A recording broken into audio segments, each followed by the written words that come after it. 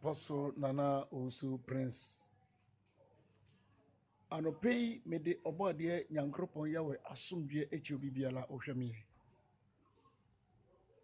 Nano me no kire End-Time Assemblies of Yahweh. Yawo doctrine a wo Bible ma ni nyina free Genesis ansa na Israel for kraba. Na mno kasafa enema mako eduonu nsia 26 ho. Na baako enenem no beka ho asem. Eye enam die. Christopher edada ho. Omo se enam bia onipa otimidi. Efise Yesu di moja ati bibia ho. Sa asem no eye nkontompo eye ntoro. Nukure bi anim.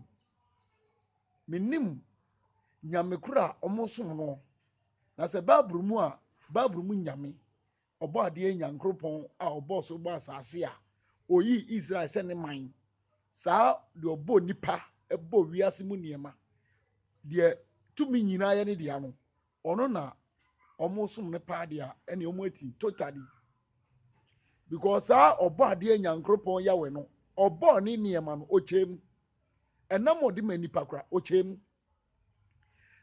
Genesis chapter 2 verse 15. Bible says no nyankopon de onipa kodua edi ntrom ho so onwe ho no no. No nyankopon hye onipa verse 16 no. O hye onipa no. It's a command. Say trom enua nyina dibi. Na papa ene boni nimdie dua na eni. Emna odi eduaba ebema nipa. Sabere nipa enhu de obedi o. Na nipa enfa aduane nwura nanum, onfa bibi nwura nanum. Ana o kire nso oni eduaba. Eduaba no amfani nyina amamo o si dabi mundi ni nyina na wadie mamundi. Enti anukura no o chem edibi man agye bi se ne de mi yeni.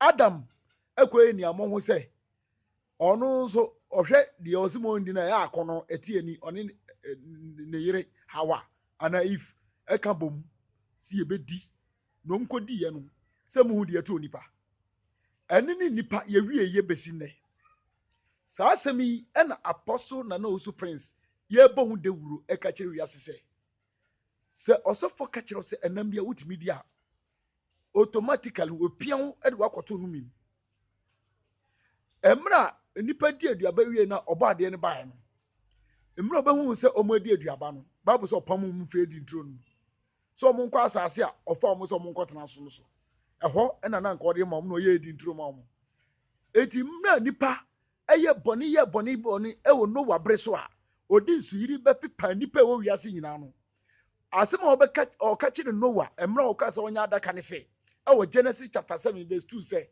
emu a omo tiye green ones cream beast no and a cream meat no fa ensonson 7 pair just a pair no 7 2 sa ma 7 mema 7 na just 14 fa kwa dakem emu a omo ye unclean no fa 2 pair emema mienu fa kwa dakem 2 pair oka Genesis chapter 8 verse 20 a osi mra onyankopon eyi Noah ene na pamfo no oje omonkwa efri apamadaka no mu epi abonten no Noah si aforbichi ama obo ade nyankopon yawe no si aforbichi ama obo ade yawe no obo afode bi di ma no na Genesis 8:20 ni se ofa emu a omo tie no mo ye clean ene no ma omo tie omo ye clean no e de omo ebo afode no nyankopon tie ni hwa na o ka se eni pentimi mu asase dua bio aha edikre se no wa mro fizu yiri mu epie no ohun se mo ye clean ene na di 7 mo gba de ne ya wo ma na de pa mo ade boni o eti Genesis 9:3 na ma twura hye wo se okache no wa se on green na oni nya nokre enya nokre original scriptures ni se okache no wa se enama omutie no mo ye clean na me dia mo so onzudi sabina nipa nwenam onyankopon kanche no wase na ma e on green na we owi anu aba Leviticus mna okwa yi Israel for no Leviticus chapter 11 verse 2 say enama amundie ni enama amundie eni enama amundie clean meat and unclean meat pacho enye nam ya na ewi ituba hwa obobo nam bidin e wo ho o se onwansane odwan aponche abrechire no aponche nentwie ofote adowa otwen oyuo ekuo ne abede saa nam we nam papa very quality oba enwura mu ene efie mu ana omonante a osi na nam apai ti so odwan na ntem no na opudi odi ewisa no ene enwe enam a omoye onclean ewo nwura mu ne efie mu a emu ayefo ewo wiase ye nwura mu de ne ofie de ne wo nsuom ene wo wiem ni na ochem enam a ewo nwura mu ne efie mu ano obo de enie no obo nkrante ne family ye from atwaboa omo ebi ne kusie amoku a opuru ahehema adoe moku ya omu nyina aprekesema omu nyina obomu din akrante apese eno wie obai obobo din ebo se anam bi ti se preko adanko sa na ma nyina me enwe anipa se Yesu abewu atem na Yesu anye bia yaso a agenkwa Messiah Hebrew ni abrant obewu ma anipa an obewu ma emoa okase enko wiase nke kanse pancha bodi ina patro preacher kire pregoda na ede na obewu ati preko enipa na ne yedi moja epatama no ena odi moja be patama yin enye preko eti yaso anankasa kura kan no Matthew chapter 13 verse 47 oko nsuo mu na mu a nsuo mu nam osi nam a owo scale ye wrewre ho na osan wo fan ne ma etuatua mo aho no nsuo mu nam ho no yenwe na nam ani bi te se samo ni nua adwene ni nua mo a mo ka ho sese koto saa ne ma ni na me yenwe enwa ni fem mo tata fem kutere ni wo sonsono ni ade na me yenwe ekisofo se wo ba wi awe wo nwi akase me mpe saa na ewi ade enu ena afei osan ba ewiemu numa enuma no obobo bidin asokwa friends simfra katechie petuo na wa ba wi petuo wonu mode na wonu moda scorpion obomu nyina di we scorpion omo so ye mo am tatal fem scorpion we petuo we enum denti apan we apan oni fa na no toilet fa na no o wi apan enum de be ku nkrache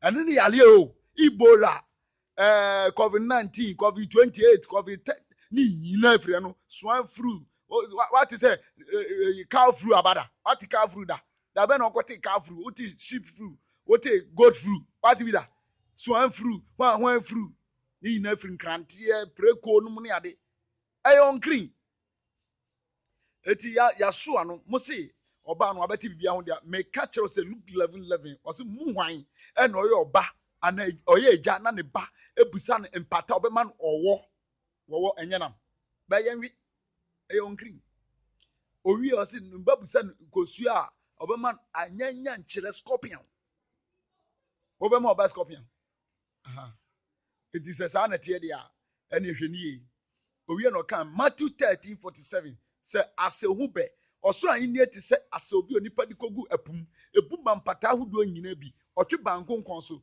na otena ase boaboa de ya ne diguade mu kofie de anya otugu yi ya so anam so beti ne ma nyina hu mo hwe bibi ye o we kan no ma ba say Paul na Paul ba yaso aka say o say Mark 7 no o say de ko nipa mengunu fimpa cho enye enam na oka enam etare ho wa wo henro ene ntasuo na oka ho asem say de wo wa ho nsa ho a efini ade udi a engu fi na de ofuro nipa mu ba okasa enwo asem na oka no munti bible na si o ya say Paul say First Timothy 4:1 ehun kan peve se chena no ebi mefa na da hom na amoni nkyere atonkontompoti atwo mu frigidie no wona se etwa ho ahia wosi awade kwa nkase yentu ehu anuane a onyankopon bo se ejidifo no won ahu nukure emfa se den bi nyankopon abodi nyina aye na se de asedaje a eni kwa se echi bibia mpacho se quotation no wakin kan ye de o se aduane ejidifo ene omo mu nukure efo ne ejidifo ene omo mu nukure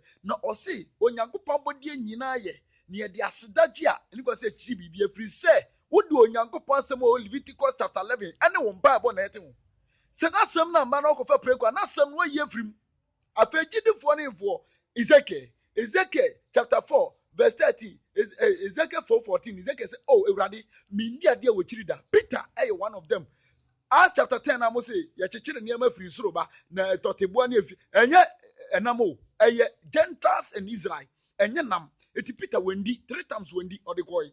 Oh fedi. A jiri for no mundi on green. Messiah is jiri for one of the faithful ones. And then the Paul himself is one of the faithful ones. Why? So nobody on green. Mommy and bibi yo. Ya wasem ene pabo ene yedidie. It is emfa nantwinam na nantwina ekum bosom so a. Nantwinam makoto waache yede atom so. Ebi ekunu bosom so. Eno asem abompa eguso. Mati nantwinam no onkase kofa preko na bompa eguso. Ene ne ewiase ya ahodo bebre no. Apostle no manie.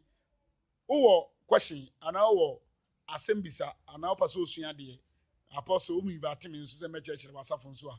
Me wo ho me available the here so pe bibia on say gifu ka na church meba say me go baby anko ade a me no me 024 65 71 780 024 65 71 780 or 054 972 6021 054 972 6021 or 027 17 277 85 027 17 277 85 or 02708 34 608 02708 34 608 video yi uhu ahwe na share mami share fama unia share fama wadamfo share fa to Facebook me ma okwan share fa ko bebi opebia na obeye nhira ya we nhira wo Yahweh Shra, Ubreshi 18:2 in the last quotation, last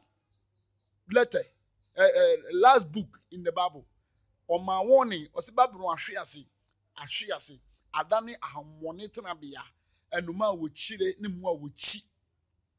Tis Yenchi Mua, Ewo Yesu Wetia, and Kayuhan on Casasam, Yakanai, President, Yesu Sien, last born, Onu. And you didn't go to Patmos. Omo yes, kunu anye ye omo ye bibi anye ye no didn't go to Patmos. Patmos island as I see and so twa wehia. E no firi ho e be twere disam. Se mo hu firi so dalet. Yesu wechi ye chiri mu abi. Hwani ye no wandi won krin. Ya we hira wo. O kan 1 Corinthians chapter 4 10 25% the your ton dwase nyina di. Ahonim tembu se bisa tie. O ka asem se di. Owi osi ahonim di pretty conscious. Adentia midi clean kwa timdi joma minim tap of na mameto nya pe na ma me bebusa se wa ponche na wo ton no uku na na se carbo no pacho no to na bebo so mpaye na emu so bi ka cho se friends ye carbo na no ejai no nkri di oni to nkri ngodi pon gasa ya we nhira mo pon nwoma no aya mo nka 2 Peter chapter 3 no verse 16 no o se ne nwoma no mo nsuade no mo ka toto no e de se omo ankasa omo ho hwe na wandi ene nsem bi a wo ate na wonte ase n'echi no ankoje mu ye wade hyiahia apostle ndi obesi ya yawe enhira mu nyina shalom.